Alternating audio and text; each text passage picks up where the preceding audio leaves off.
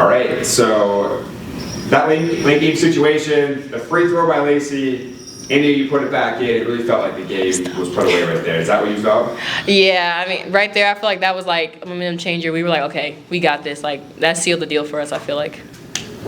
Definitely. What were you going to say?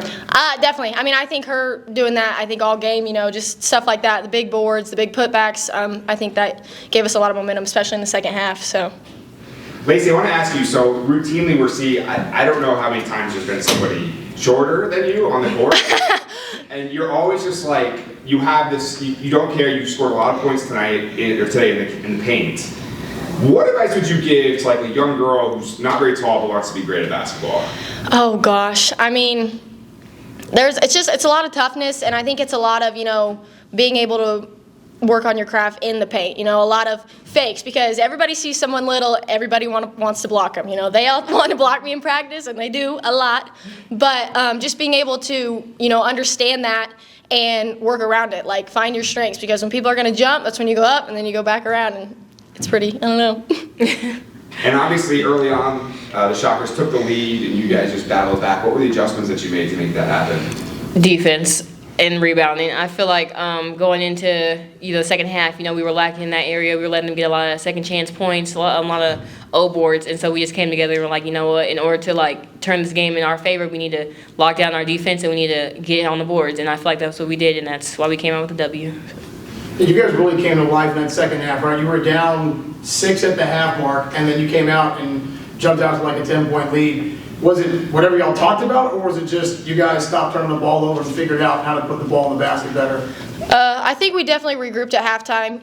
Coach told us a lot, and we took that in, and then as a team, we kind of came together and realized what we needed to fix. And I think when we all get on the same page about that, we can be really good. Lacey, I know for you, right, because you were playing a much taller, lengthier team, they got you guys trapped a couple times. Turnovers, they had 25 turnovers, y'all had 23. Jeez. How did y'all figure out how to kind of get around their double teams and their screens when they would come at y'all? I think just trying to play at our own pace. We were trying to get too sped up and started to not do what we do, because, we do practice that. We practice, pressure and counters to everything. So once we started doing what we do, we started to see some good stuff from us. One of the big transitions from last year was, going from Anaya to you at the point, Lacey. Look today, it was a really well-oiled machine in terms of how you guys are feeding off each other, knowing what the person is, where the big is that you're going to feed to. How has the progress been? I'd love to hear both your perspectives on that. You go first. It's definitely been different having Anaya and then Lacey. Obviously, Lacey's kind of undersized in her position, but she doesn't let that stop her, like she said earlier. And just she has a really good eye for the floor. She knows when she needs to drive, when she needs to pull up, who to pass to. So just putting all our trust and our faith in Lacey and knowing she's going to lead us in the right direction. That's something that we really have worked on. We really I feel like it's really worked for us this year.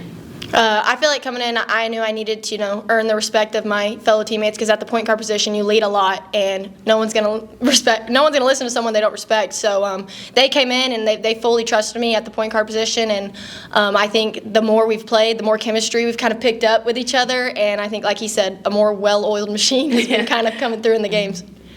Lacey, you were one of 4 starters who had double figures. You led all scorers with 21. How much fun is it to play with your teammates when they're going in double figures and you guys know that no matter who's getting the ball, they're probably going to find a way to put the ball in the basket? It's really exciting. It kind of, I think, alleviates the pressure from all of us, because when they try and take one of us away, they can't take all of us away. So we just, like I said, continue to trust each other, and we know when we get the ball to someone, they're going to do the right thing and they're going to make the right read. And I think we're a very unselfish team in that fact. So. Andy, the same to you. I know you had a couple jumpers in that second half. You got the putback rebound. Did you just feel like you guys were clicking at that point? Yeah, one thing I love about this team is that we have a really deep bench, and any night can be anyone's night. So, I can always trust that, whoever it goes to, like you said, they're going to find a way to put it in the basket, and that's something I feel like is really in our favor this season. You both have something in common, that you played here locally, Yeah. went to smaller programs, and then transferred back home. Can you just talk about what the journey's been like for both of you so far? It was definitely interesting.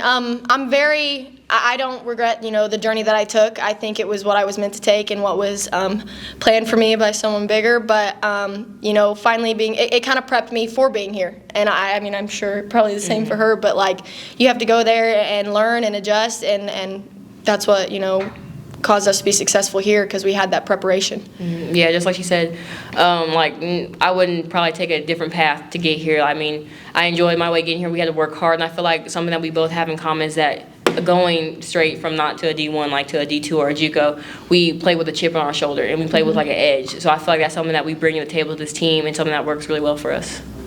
Why? What is it about playing at home? Is it 5 in a row now? You've won. That really makes you guys play so well. I mean, the atmosphere, the fans really bring it every game, being able to hear them. And for us, our families are here, so we have them, it's like a home game back in high school. So, like, the atmosphere and then, just having that home court advantage. Yeah, I don't know if you saw Lacey's grandpa out there, but he has a really nice beard ornaments out there. So. We got some dedicated fans. Yeah. Where was he sitting? Right behind. Across from the away team's bench, Yeah, like where Tom's, like, we're not, Tom and, crap, what's her name? I know her name. Lynn. Why am I forgetting Lynn's name? Tom and Lynn sit. Oh my God. I feel So bad. middle on opposite of the benches. Yeah. Lower level. Yeah. Is that where he usually sits? He comes a lot? Oh, yeah, every game. Yeah. And Chloe's mom had on this, Chloe's mom like looked fireplace jumpsuit thing going on. It was great. Looked amazing. Yeah. That's Asia and your mom there. Yeah, they're chilling. Yeah, Asia is the loudest person every game. You can always hear her. Yeah, always hear her.